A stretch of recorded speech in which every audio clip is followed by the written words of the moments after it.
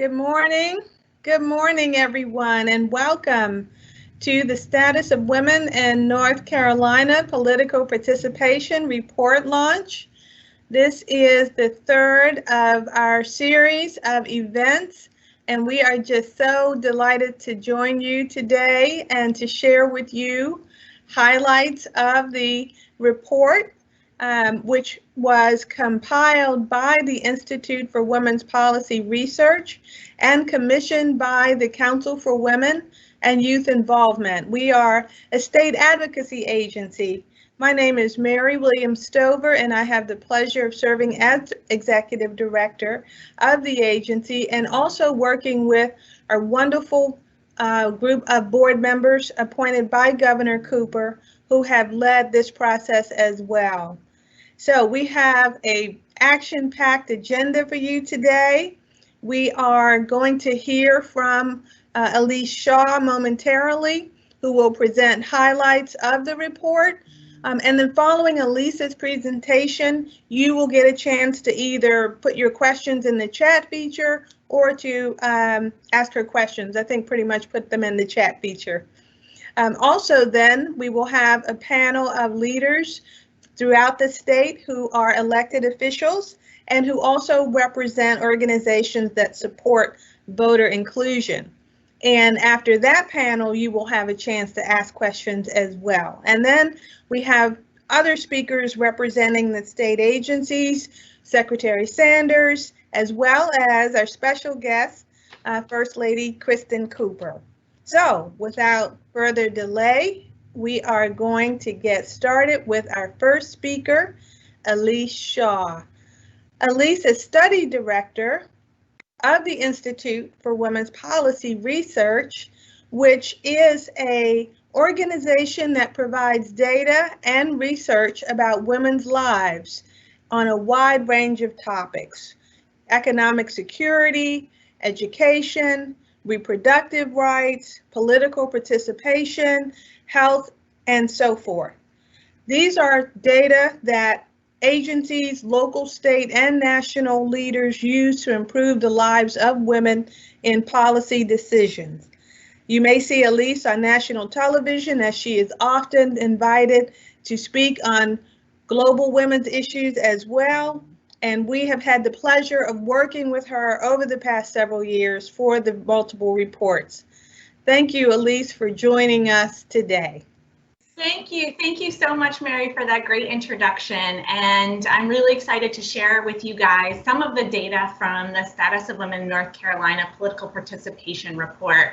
Bear with me with my slideshow. If I go full screen, I can't see my notes because I'm at home, but I'm really excited. As Mary said, the Institute for Women's Policy Research is my slideshow is not advancing. There you go. Institute for Women's Policy Research is a Washington, D.C. based think tank. We were founded about 30 years ago, and we really focus on shaping policy and dialogue to improve the lives and opportunities of women from diverse backgrounds.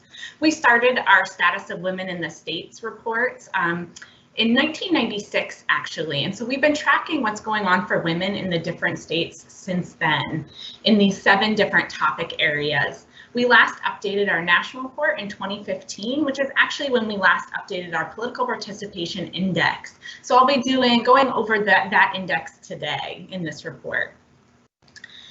Before I launch into the data, I just wanted to share this quote from Valerie Foushee, who's North Carolina Senator District 23. I really thought it's just a great way to frame what's going on for women in North Carolina. And because women make up 51% of the population in North Carolina, and because women represent such a large segment of the community, they should have a significant presence in our state legislature. And believe me, women most certainly have what it takes to be legislators. I think this quote from Senator Foushee is just fantastic to set the stage for what we're dealing with in North Carolina. Now, the political participation index is 4 different areas. We look at women's voter registration, we look at women's voter turnout, and for both of these, we look at 2016 and 2018 combined to get a sense of what's really going on since midterm elections voter registration turnout seems to drop. Then we look at women in elected office. This includes the share of women who represent each state in the US Congress, the state legislature, and the share of women in state elected offices. We also look at, as you can see here, institutional resources, which are campaign trainings for women, women's commissions, women's political action committees, and state chapters of the National Women's Political Caucus. As you can see here for North Carolina, you get a varied ranking for each one of these. But overall, North Carolina ranks 35th out of all 50 states and gets a grade of D. So not fantastic. This is a little bit of a step back from the C- that North Carolina received in 2015. So before I touch on these areas in a little more detail, I wanted to look at the trends of what's going on for women since 2015, the last time this index was updated. In North Carolina, more women are showing up to vote, which is great, just slightly more, but you get a little bit of uptick from 55% to about 56% of women turn out to vote. North Carolina has also seen an increase in the share of women who are state representatives. They went from holding 22% of seats in 2015 to 28% in 2020. And between 2017 and 2020, women made up 49% of North Carolina governor's appointments to state level boards and commissions. Now, this is not part of our index, but we really wanted to highlight this fact given that it shows that more women are coming into these stepping stone positions to go on to be part of office and higher office. Now, the not so good news is that women's voter registration dipped slightly. Though women are voting at higher rates, their registration went down from 70% to about 67%. And the share of women representing North Carolina in the U.S. House of Representatives also decreased from 23% to 15% in 2020. So a big drop there. At the same time, the number of women representing North Carolina in the U.S. Senate remains 0. Now, North Carolina is not alone in this fact. There are many states actually that have no women in the Senate, the Congressional Senate. And while women hold about 20% of the seats in the state Senate, that's a drop from 24% in 2015. Women also saw a decrease in the statewide representation in the statewide elected office. In 2015, North Carolina women were more than half of the statewide elected executive offices, but this fell to about 1/3 in 2020. As you can see here, women's voter registration, North Carolina falls kind of in the middle of the pack, so the middle third of the states. You can see that it does similarly to the surrounding states. It has higher voter registration than like Tennessee, Georgia, and Florida, some other states that are not doing as well. You can also see that when we look at women's voter registration by county, women in Hartford, Robeson, and Edgecombe counties do the best, while women in Anson, Madison, and Camden counties do the worst. Now we look at voter turnout by state, and North Carolina again falls in the middle of the pack.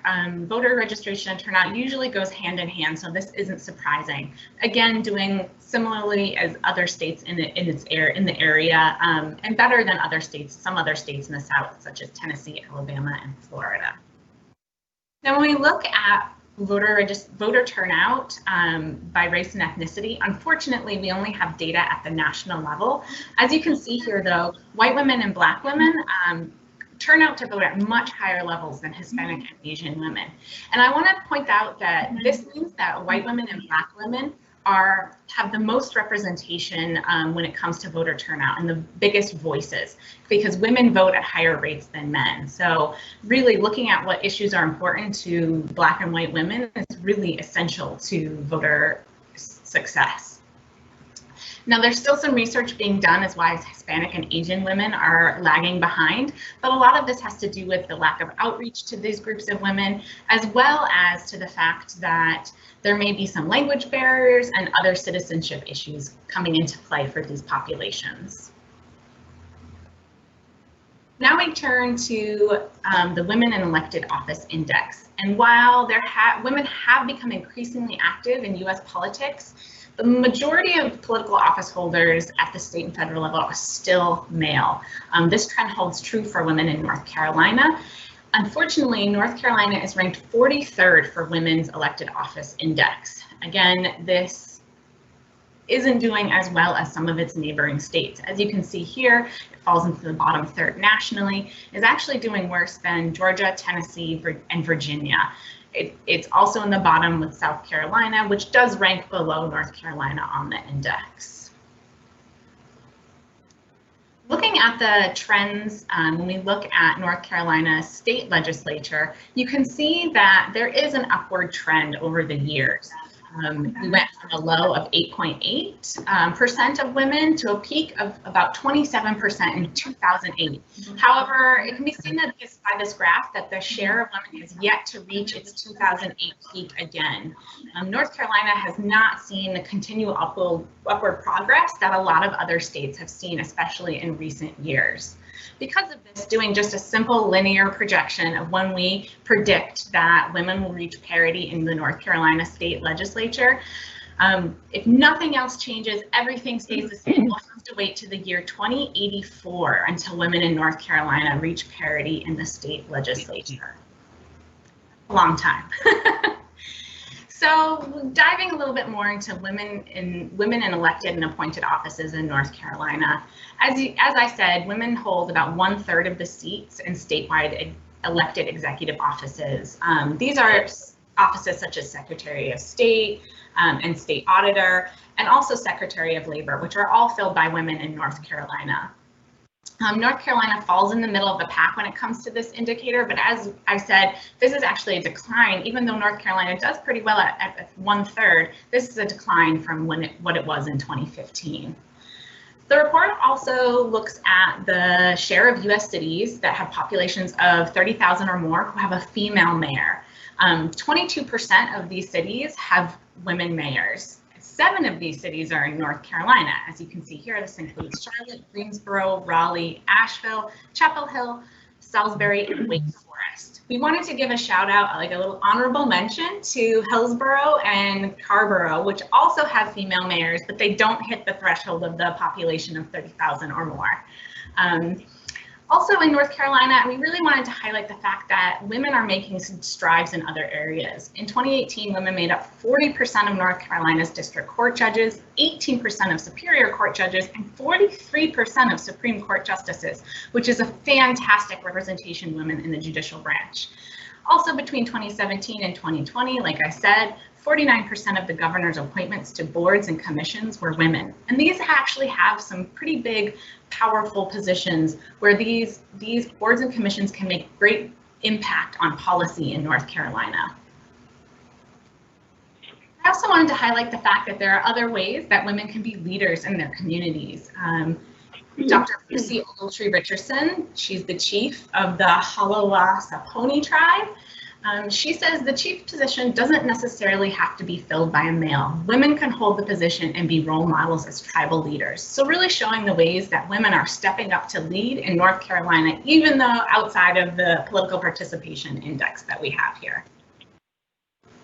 So looking at women of color in elected office, women of color make up 10% of the U.S. House of Representatives, which includes 1 Black woman from North Carolina.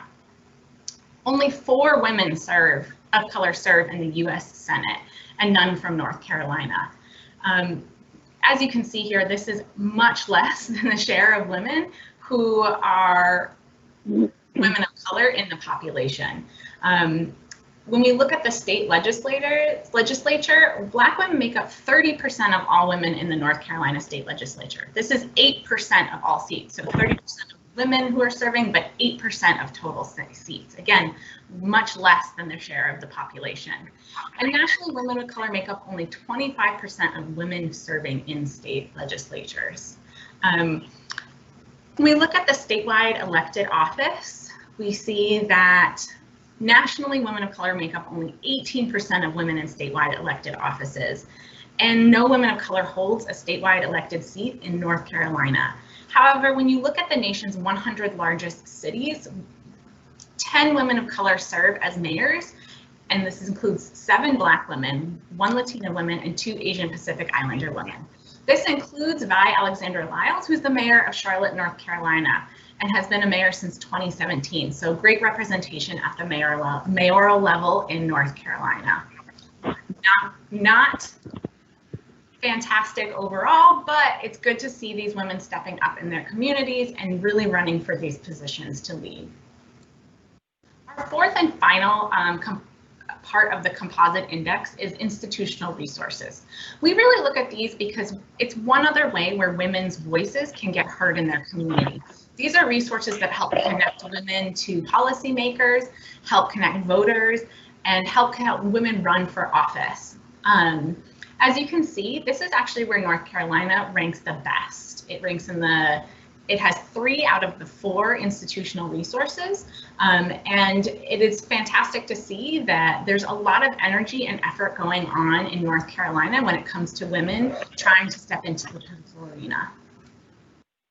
Now, the report itself goes into much more detail about barriers and other issues that women face, but I wanted to hold up 3 that we find especially intrusive on women's political participation. So the first is gerrymandering. This is state electoral districts that are redrawn, and oftentimes through this process, political parties try and make their political parties' voices heard more. So this manipulation of the districts is actually illegal, and it really disenfranchises many citizens' political voices.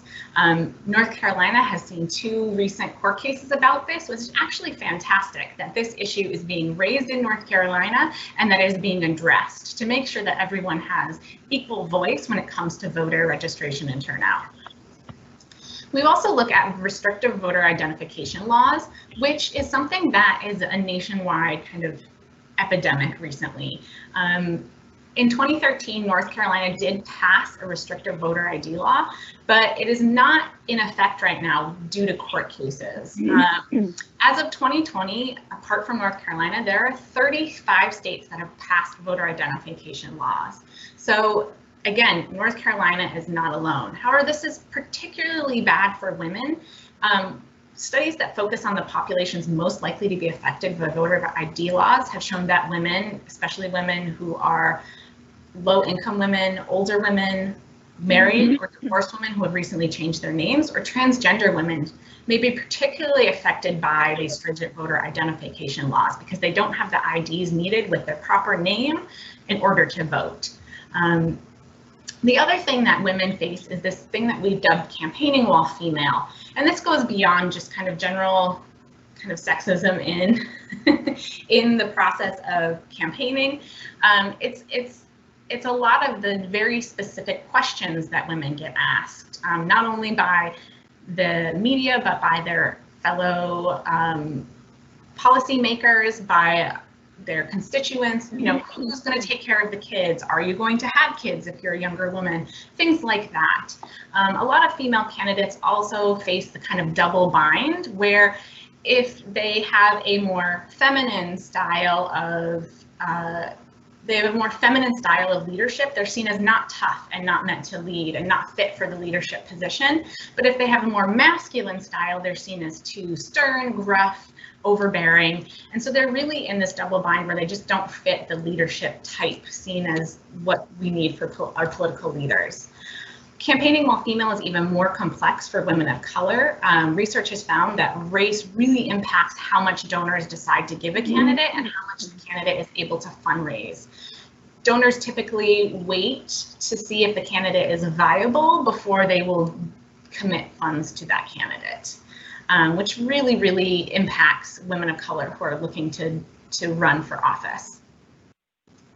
I wanted to, before I turn to recommendations, I wanted to kind of wrap up with this quote from Sarah Preston, who's the executive director of Lillian's List of North Carolina. "You can't be what you can't see. When women see other women in power, it helps them believe that they can be next." So I think that this is really crucial to getting more women into elected office. Women need to see other women running and being leaders in their community. So I'm not going to go into too much depth because I know we have a packed day today, but what can be done? We need to make sure that all women have fair, equal access to electoral process. This is especially important now as we're in the midst of a global pandemic. How do we make elections safe for those who want to get out and vote? How do we ensure the health and well-being of people who want to get out and make their voices heard? So this is really, really important. We also need to recruit more women to run for office. We need to look at structural barriers such as childcare. The time of day that meetings are held really impacts women who have young children, their ability to attend those meetings, to participate fully, and really looking at all the other issues such as, the lower pay that women get for these elected offices can be a hindrance because they're not working other jobs that can really pay the bills if they need to do a part-time elected office. Again, really reaching out to younger women and figuring out ways to get them involved is a key component. I'm going to stop there because I could go on forever and ever. There's so much more in this report. Please feel free to reach out to me directly as well. I would love to take a few questions and really just continue this conversation. Thank you so much, Elise. And you're right, there is so much good work in this report. I'm going to pause and see if anyone has any questions in the chat that we want to address at this point. Can you talk about the grade of D? Is it aspirational, or is there a state that we need to identify or could look to as a model? That's a really great question and something I did kind of gloss over. I will say that when we grade the states, we base it off of an ideal score. So no state receives an A. What we're really looking here is we're basing it on, it is aspirational. What do you need to do to keep moving forward and your state forward? Maine and Nevada actually are some of the states that do best. Maine is the only state that earns a B+, and after that, everyone else earns a B or lower. So again, no one has made it. There is still work to be done in any state and every state, but really, again, looking at ways to get women into those elected office on the index itself, that is one of the areas I would say where North Carolina can really work to get women into those higher levels of office in North Carolina. All right, thank you. Well, we will absolutely come back. Let's see, there has been women in office training for several years. Are there any plans to continue that training? And that may be a question that we can hold for the panel. We have great resources of knowledge with our panel, so why don't we use that to segue to our panel? And I know you're going to stick with us as well, Elise, and we'll come back to our second series of Q&A before the program ends. Okay, thank you so much, Elise. Thank you. Okay, well, that gives us an opportunity now to turn to our illustrious panel presenters. I have the pleasure of introducing them to you now. Joining us is Sheriff Paula Dance of Pitt County. Sheriff Dance says, "I didn't run to be the first African-American female sheriff.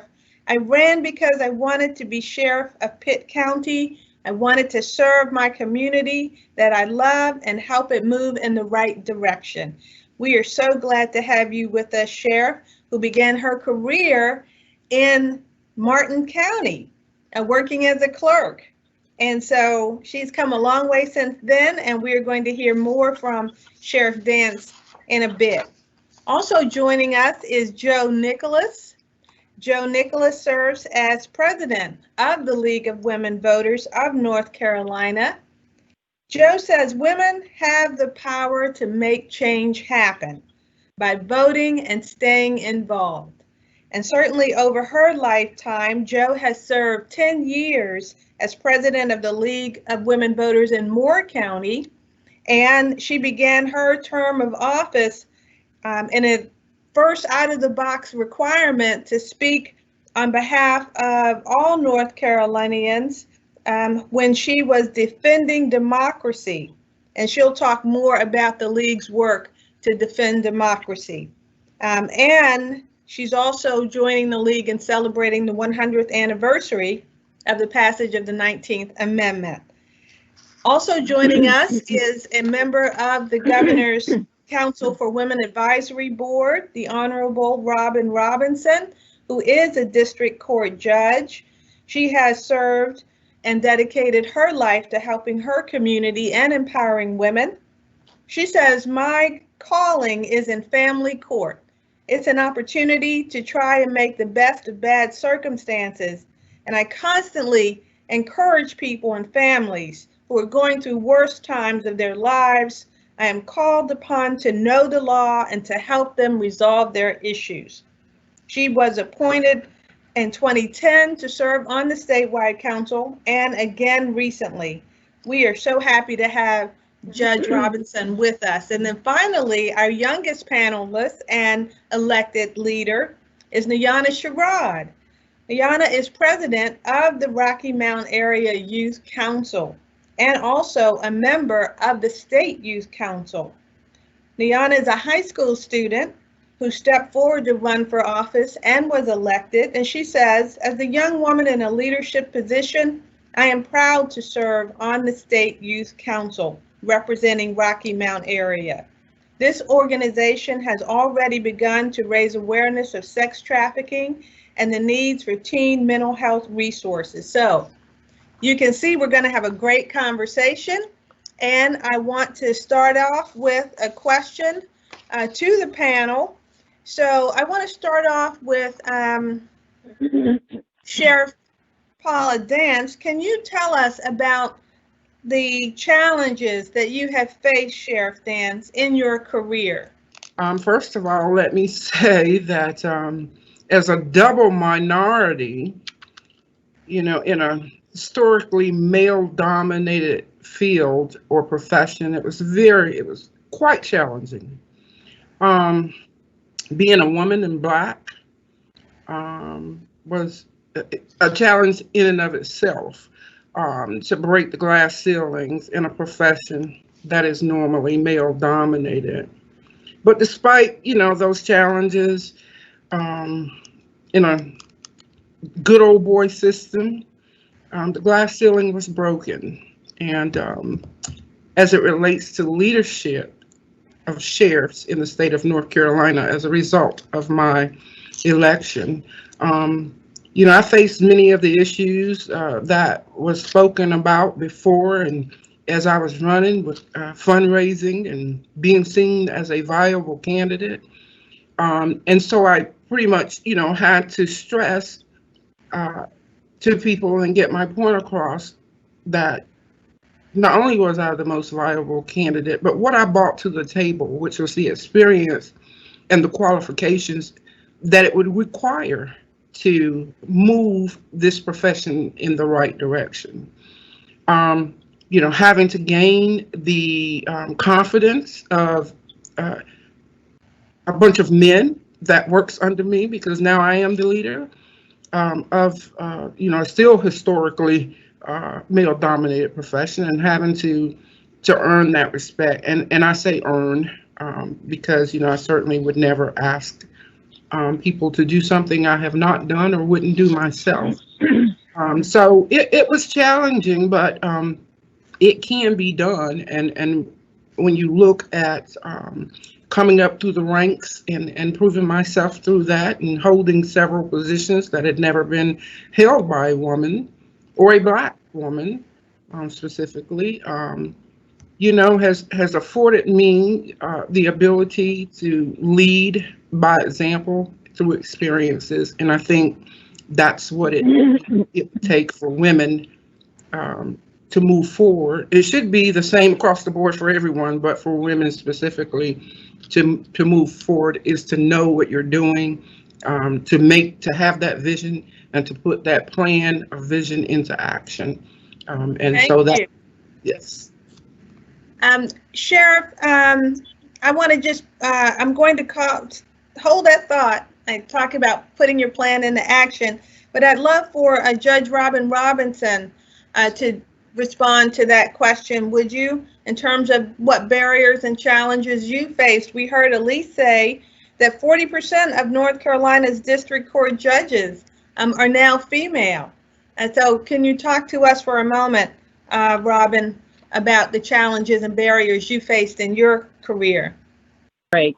Thank you. It is a great honor and pleasure to be with you all, and I'm so grateful for the leadership of Council for Women and this important partnership with the Institute to point out the vital need for women to be engaged with office holding, organizing, voting, mentoring, leading, serving in public service in the political process. And although there are some grave areas of concern, I am pleased with the representation being much higher in the judicial branch. And I have witnessed that growth of the presence and leadership of women in the legal profession during my time on the bench in the last 10 years, but before that, 25 years in practice. So about 35 years since graduating from UNC Law, and I'm really grateful for the true pioneers in the legal profession and on the bench who have come before me to make the path a little easier. And of course, I in turn tried to do the same as new women attorneys and judges have come through. When I was in law school in the 80s, women were about 30% of the class. Now that is up over 50%. When I started my practice in Wilmington, there was just a very small handful of women attorneys, maybe less than 10% of our bar. And we developed a very close bond of support professionally as well as socially. And I'm not 100% sure of the percentage now, but I would say that my observation would be that it's at least 35, maybe to 40% women in the bar locally. And as mentioned, the district court bench is about 40% women, appellate courts 43%, Superior Court only about 18%. And that, I would just mention, again, anecdotally, but I believe that has more to do with stage of life and childcare. Superior Court judges do travel, and I think that has been a barrier for service in that level of the judicial branch. In addition to, there are fewer of them and they have longer terms than district court. So there are fewer opportunities for appointment or vacancies, occurring, fewer opportunities for election and appointment. So yes, before becoming a judge, I had about 25 years in private practice, and I looked upon my service as a calling to share my experience and knowledge, and I hope wisdom in a different aspect of the judicial system where I would hope to make a positive difference in people's lives while dealing with the social ills that play out each day in court.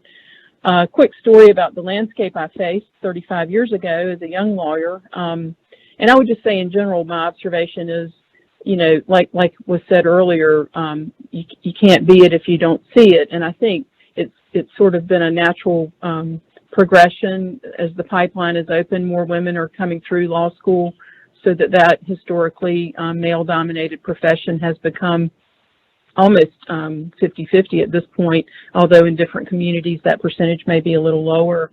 And likewise with the district court bench, district court is the people's court. We deal with about 95% of all the cases that come through court, including family court, which is where I primarily served after a lot of experience in other areas. The last half of my career in private practice was in family law, where I became a board certified specialist. But we are also the exclusive jurisdiction for juvenile court, juvenile delinquency, abuse and neglect. We share jurisdiction with the Superior Court for civil litigation matters. We're exclusive jurisdiction for domestic violence and mental commitments, misdemeanor, lower level felonies, and specialty programs for drug and substance abuse disorders. But quick story about the landscape I faced when I arrived on the scene as a young puppy lawyer. I had a business litigation case against an older and rather well-revered attorney, but very, very chauvinistic, spoke patronizingly to me, intimidated me, tried to put me in my place when I was scrappy, saying things like, "You don't let me talk like most women in my life do." And I did not cry in front of him, but I was very shaken by the experience, and certainly that helped me develop a very thick skin and actually quickened my resolve to work even harder in the case. And then I won the case, and actually, in fairness, I've been treated actually very well and respectfully by this man ever since he supported my judicial quest all those years later. So would that still happen today? I suppose it could. I would observe there is still perhaps some low-grade chauvinism, not as obvious, not as blatant, not as many people engaging in chauvinistic behavior, but still an issue to some extent. I think our main barrier as women attorneys is, as well as women judges, is working harder to gain respect. It is not just presumed or given as a default. But barriers to the profession have diminished over time, with more women coming through and being successful and demonstrating knowledge and skill and competence and integrity and earning that respect, taking active roles in bar leadership and community service activities. Women are generally seen, I think, as very competent and hardworking with vision and leadership skills, and I think that holds true with women on the bench. As more women have come through, it has a self-perpetuating effect of success and respect. And I think certainly in seeking appointment or running for election, as has already been mentioned, there are certainly other challenges having to do with tooting one's own horn. I think my observation is that women generally may have more difficulty in doing this, asking for money to support one's campaign.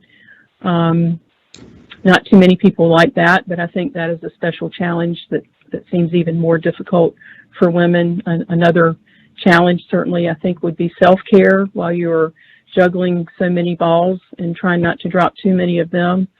When seeking an appointment or running for office, a challenge is certainly that timing and circumstance are not always within your control, and the most qualified person does not always win or get the appointment. So keeping all of that perspective in mind, I am pleased that the judicial branch is helping maybe raise our grade D to at least a C with a higher percentage of representation, but it's certainly an honor to serve in a rewarding career in building all of those relationships along the way in public service and in running for election. I'm up again for re-election this year, fortunately without opposition. So I'm glad to not have to do all the Zoom campaign trail right now. But service and having an impact on a world that needs you, it's truly an honor. Thank you, Mary. Thank you. And that's a great segue about service. I want to bring our youngest panel member, Niana Sherrod, in, because in her role as president of the Rocky Mount Youth Council members have to commit to community service. So Niana, talk to us about any challenges you've overcome in seeking your position as president of the council.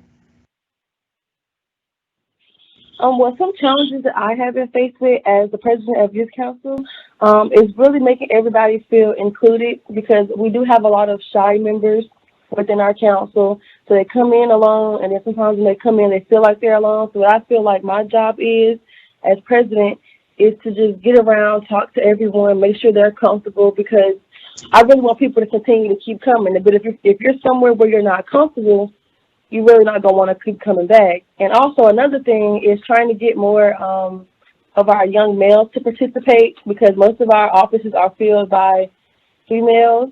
There's nothing wrong with that, but I really would like more male participation within our council, and just making everybody feel included as well.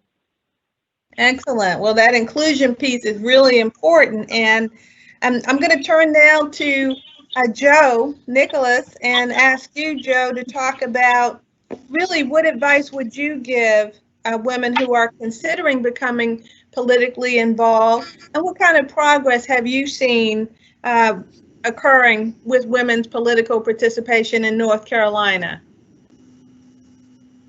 Thank you very much. We are seeing more women are interested in what is happening in our world today and how it's affecting their daily lives. We see more women in elected offices, both at the local, state, and national levels. So women are stepping up to the plate, as we say it. Our organization, the League of Women Voters of North Carolina, is a nonpartisan group of women and men that educate the community on various issues like the Equal Rights Amendment, the environment, healthcare, redistricting, education, and especially voting rights of all of our people, because voting is our right. We are at the forefront to assist our 18 local leagues around the state to share information to their community members, especially during this pandemic of a year with an important election to occur in just several days. We're just successful in winning a portion of our legal defense in regards to curing absentee ballots for the November election. Curing was not in place by the State Board of Elections until this occurred. What does this mean for the voters? That their boards of elections must notify them if there's something wrong on their ballot, such as an incomplete witness or a signature mismatch. In 2016, there were 4.7 million votes cast in North Carolina. In our March 2020 primary, which was held prior to the onset of the quarantine due to COVID-19, almost 15% of submitted absentee mail-in ballots were rejected. At least 41% of these were for curable reasons, such as the incomplete witness information or signature. If the state is preparing for up to 40% of voters casting absentee ballots this year, out of the 4.7 million votes that the state had in 2016, it would affect nearly 2 million absentee ballots. If 15% of those ballots are rejected, that would equate to 282,000 rejections. And if 41% of those rejected ballots are rejected for curable reasons, it would affect more than 115,000 voters. Moreover, that number may be even higher because more people are voting by mail in general and for the first time in 2020. My husband and I being one of those. After voting in person all of the years since we started voting at 18, we are voting by ballot, by mail-in. This ruling is so important to the league and to our voters because it will now count the 115,000 votes that would have been rejected for potentially curable reasons. The voters who would have been disenfranchised prior to this ruling are now being counted, and we consider this a huge victory because it prohibits the rejection of absentee ballots without due process. We are there for the people of North Carolina, and we're going to be seeing progress made. Absolutely. That is fantastic news. And you are so right in talking about the league as an organization that focuses on progress and removing barriers. Elise Shaw talked to us about some of the recommendations for policy, and you've just given us a great example of how to change policy and put immediately into action actions that remove barriers for voters. We, in the interest of time, are going to have to move on with the rest of the program, but I want to ask all of you who are waiting to ask your questions to stay with us, and we will have another opportunity for a round of questions following presentation by First Lady Kristen Cooper and Secretary of the Department of Administration, Michelle Sanders. So don't leave us yet. We're going to circle back so that you have a chance to make your questions heard and that our panelists have a chance to answer those questions. This is a hallmark year in many ways. 2020 is the centennial anniversary of the 19th Amendment. And so we have the governor of North Carolina who has issued a proclamation recognizing Women's Equality Day and the 100th centennial anniversary. And Kristen Cooper is going to share that proclamation with us right now. Good afternoon. I'm Kristen Cooper, First Lady of North Carolina. I'm sorry that we can't all be together today, but I'm very honored to be able to read this proclamation on Women's Equality Day 2020 by the Governor of the State of North Carolina, a proclamation. Whereas leaders from across our state and nation, both past and present, have fought for women to have the full rights and privileges, public or private, legal or institutional, that have historically been available to men, and whereas women across the world have united to advocate for these rights and privileges for all people, regardless of sex, race, religion, or socioeconomic status. And whereas women in the United States have designated August 26th, the anniversary date of the certification of the 19th Amendment, as a symbol of the continued fight for equal rights. Whereas we also recognize that passage of the 19th Amendment did not grant voting rights for all women, particularly women of color, and the ongoing fight for voting rights continues today. And whereas in 2020, we celebrate the 100th anniversary of women's suffrage and honor the women who helped pave the way, as well as the women who continue to fight for equal rights and representation. And whereas equal participation of women in politics and government is integral to building strong communities and a vibrant democracy in which people of all genders can thrive, and to helping eliminate many disparities, including systemic racism and sexism. And whereas North Carolina women continue to fight for economic equality as well, according to the North Carolina Council for Women and Youth Involvement Status of Women in North Carolina Employment and Earnings Report, women comprise 51% of our state's population, but earn an average of $8,600 less than men. And whereas the North Carolina Council for Women and Youth Involvement, the League of Women Voters, and many other organizations continue to advocate for the rights of women, providing a voice of influence and guidance on the many issues women regularly face regarding health and wellness, voter participation, violence, education, and employment. And whereas the state of North Carolina stands with women across our state and nation and encourages residents to commend and support organizations and activities that advocate for social progress and equality for all. Now, therefore, I, Roy Cooper, Governor of the state of North Carolina, do hereby proclaim August 26, 2020 as Women's Equality Day in North Carolina and commend its observance to all citizens. Thank you. Thank you. Women's Equality Day is tomorrow, but we didn't want to leave this program without having an opportunity for you to hear that proclamation, and yes, acknowledging the progress and also reminding us of the shoulders upon whom we all stand, right? So next we have Secretary Michelle Sanders, who was recently recognized by the News and Observer as Tar Heel of the Month. Secretary Sanders was appointed by Governor Cooper to head up the Department of Administration in 2017, and she is born and raised in Belhaven, which is a small rural town in eastern North Carolina. She is currently serving as the chair of the Andrea Harris Environmental, Social, and Health Equity Task Force. She is leading also the Complete Count Commission. So, Secretary Sanders, thank you. Thank you, Mary and Elise. I appreciate all that you're doing for women across North Carolina with the Status of Women report. Some of the data is challenging, and some of it, of course, is disappointing, but it's important to know where we are. And I know that North Carolina women are up for the challenge. And I want to thank our speakers for sharing their insights on what's it like to be a woman in the political arena. It can be tough, but ladies, we can do tough things. We do tough things. We achieve tough things, and we're great at it. So we can be those type of leaders.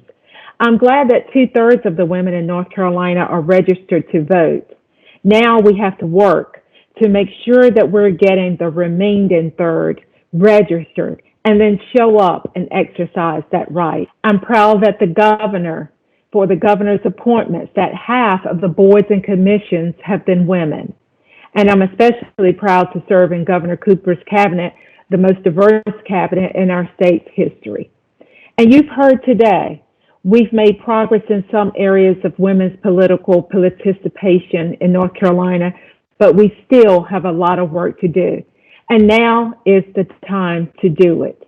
Now is the time to make our voices heard. Now is the time for us to stand up and be counted. And now is the time to make sure that our votes count and that our voices count. More than half of the state's population is female, but the majority of state and federal elected officials remain male. Women make up just 25% of the General Assembly. And you heard from Elise, at the current rate of change, it will be 2084 before women reach parity in the legislature. You know, we had our report on earnings and pay and realized it'll be 2060 before we close that pay gap between men and women. Now we're hearing 2084 about the parity of women in the legislature. 2084, I can't wait 64 years. And I know you can't wait 64 years, and we will not wait 64 years. And we, the women of North Carolina, we have to bond together as one, come together as one to increase the situation with our political participation in North Carolina. We just cannot wait another 64 years, bottom line. And you also have heard that the level of women's participation in multiple categories has earned a D rating from our Institute of Women and Policy and Research. Now, I don't know about you, but I know that I can tell you a D won't cut it. A D doesn't cut it by any means of the stretch of the imagination. We can do better. And we know that this is not only a women's issue. We know that when more women are involved in civic life, from voting to community organizing, to running for office, the issues that matter most to women and their families get more action and traction. You heard it from the women leaders today. We know that what motivates women, most women, to get involved in civic leadership is that not what's in it for them. It's because they care so deeply about the future and the current state of conditions within our government and within our communities. It's because they want something better for their families. It's because they see what their communities need. And what our communities need is you. We need you. What our struggling society needs is you. We need you, women. We need you to change this trajectory and to make it one that's positive for all people. Every one of you, so that you have positive action happening at every level of civic engagement.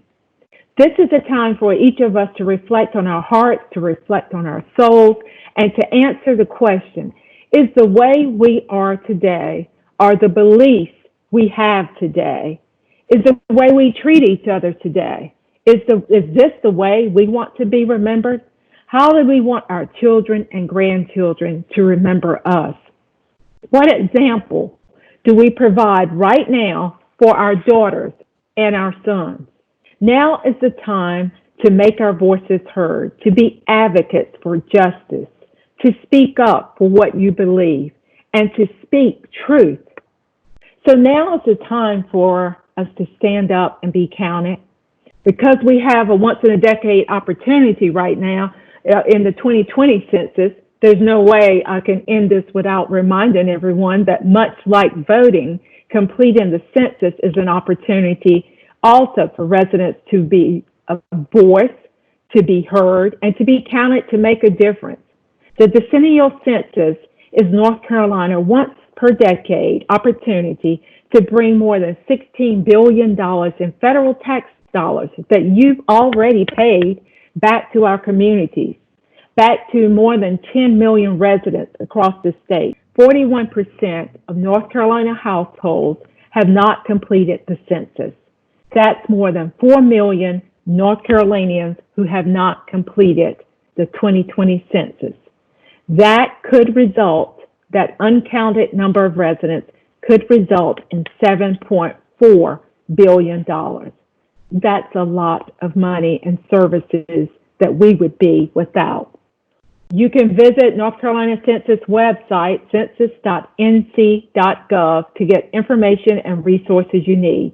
Less than 10 minutes can shape our state's future for the next 10 years. Now is the time for our voices to be heard. Now is the time for you to stand up and be counted, and now is the time to make our votes count. We know that 2/3 of the women in North Carolina are registered to vote. This means that you know someone who's not registered to vote. Ask your family, your friends, your neighbors, your coworkers. You can register to vote online or by mail. And if you're not sure if you're registered, you can check your status online. Just visit ncvoter.org to complete the registration instructions. We also know that just half of the registered women voters turn out to vote. And in 2016 and 2018 elections, that's exactly what it was. About half of our registered women voters. Women, we must do better. We can do better. And you don't have to leave home to show up. Any North Carolina registered voter may request and receive a mail-in absentee ballot. Again, visit ncvoter.org for complete instructions on how to vote by mail. Those of you who came before us worked hard to ensure that we could vote. Now is the time for us to show up and exercise that hard-won right to vote. With the recent death of Congressman John Lewis, that hit me more than ever as I witnessed with sadness and with remorse about his death, just how much he gave of himself for the rights of people that look like me to vote. That bloody march where he endured the pain and suffering and the head injury and the traumatic brain injury for the right to vote, knowing that he was putting his own life forward. There is absolutely no way that I cannot encourage others to vote, register others to vote, and importantly, exercise my right to vote. And then when we think about the women who didn't have the right to vote, those women who stood up to the challenges and put themselves on the line, though all women did not have the right at that time from their hard work to vote, but yet it created a pathway and it opened a door for women's right to vote. So let's not sit on the sidelines and let's not take our right for granted, and let's let our voices be heard, and let's vote for those who we believe will stand for the betterment of all women and for the progression and progress of women. Exercise your right. So now I ask you, what one thing are you going to do to make a difference? What one thing will you commit to doing to encourage political participation among women in North Carolina? I hope that you will think about this, consider at least one thing that you can do to increase the political participation of women in North Carolina. Again, now is the time to make our voices heard. Now is the time to stand up and be counted. And there is no time better than this time to make our votes count. Thank you so much, Secretary Sanders. You heard it, ladies and gentlemen. Now is the time to make your vote count and to make your voices heard. We are a little bit over our time frame, so I understand if some of you have to leave us, but I just want to again thank our panel for joining us. And if there are any comments you'd like to make, panel, in terms of what your organizations are doing for Women's Equality Day or how we might get in touch with you, please do so now. I want to just give Joe Nicholas a chance to share with us. Joe, how do we find out more about what the League is doing? Go to lwbnc.org, North Carolina. You'll find all of our information. And we would love to have anybody to join us in our fight for voters' rights. Excellent. Thank you. Thank you for joining us also. Sheriff Dance, any final last words? Well, I would just, encourage women to continue to actively engage in the political process. There are many ways or a variety of ways that you can engage, by running for office. More women are being appointed to office, but most importantly, we have to continue as women to support each other, regardless of party, regardless of socioeconomics, regardless of race. We women need to continue to support women. And if we do that, I think that we can somehow, in some way, equalize the status of our involvement and our voice in the political process. Thank you. Thank you. Judge Robinson, any final words on what we can do, what you'd like to see? Yes, Mary, thank you again for allowing me to be with you all today. It's been an honor. And I would just echo a lot of what has already been said, particularly the sheriff's remarks earlier. To have a purpose, to know yourself, understand your motivation for seeking the positions that you seek, have or develop the skills and knowledge and experience which will enable you to contribute in a meaningful way. Have sincerity in your goals, make a good track record, don't burn bridges, don't simply look upon something as a stepping stone. I think that would be obvious to others. Know your path and your plan, the players around you who hold the keys to your appointment, the skills and attributes that you need to present yourself in the best light. Understand the procedures involved, and be true to your plan, adapt it as circumstances change in your own life and desires and motivations and the support that you have, the needs of the community, etc.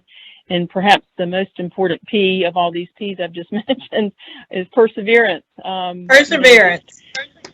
Keep plugging away and mentor others, pay it forward, talk to schools and civic clubs and help out at the Y and outreach in your community. All of these things that you do from a sincere heart will have a positive impact in your community. But if you want to pursue, through appointed or elected office, then just having that mantle of perseverance is going to be very, very important, and continue to build those relationships along the way, as they'll be very fundamental to your ability to serve more from a public service perspective. But best wishes and thanks to everybody. Thank you. Nayana, you are involved in community service and as a high school student and as a young leader. Any words of wisdom for others like you who might want to get involved in the Youth Council? What I would say really helped me the best is that I didn't really care if my friends joined with me. I went into Youth Council on my own, and I've been there ever since. And I really feel like it's a really good opportunity for people to join the Youth Council. It has really broken me, I'm not going to say out of my shell because I wasn't really shy, but it really has helped my public speaking skills and leadership skills that will prepare me for my future. And if people want to learn more about the Youth Council, you can go on the City of Rocky Mount's website under the Human Relations Department, and you can read a little bit more about it there. Thank you. And thank you all so much for joining us. I encourage you to visit our website to learn and see more women profiles who are featured in the Status of Women report. Also, you can visit our website to learn more about sign up for our newsletter and stay in touch with what's going on. I want to thank you again to the panel, and thank you again to our behind the scenes communications team, Department of Administration, and our IT team. Thank you, Secretary Sanders, also for your inspiring words, and First Lady Kristen Cooper. And just remember, now is the time to be counted and vote. Have a good day, everybody. Bye-bye.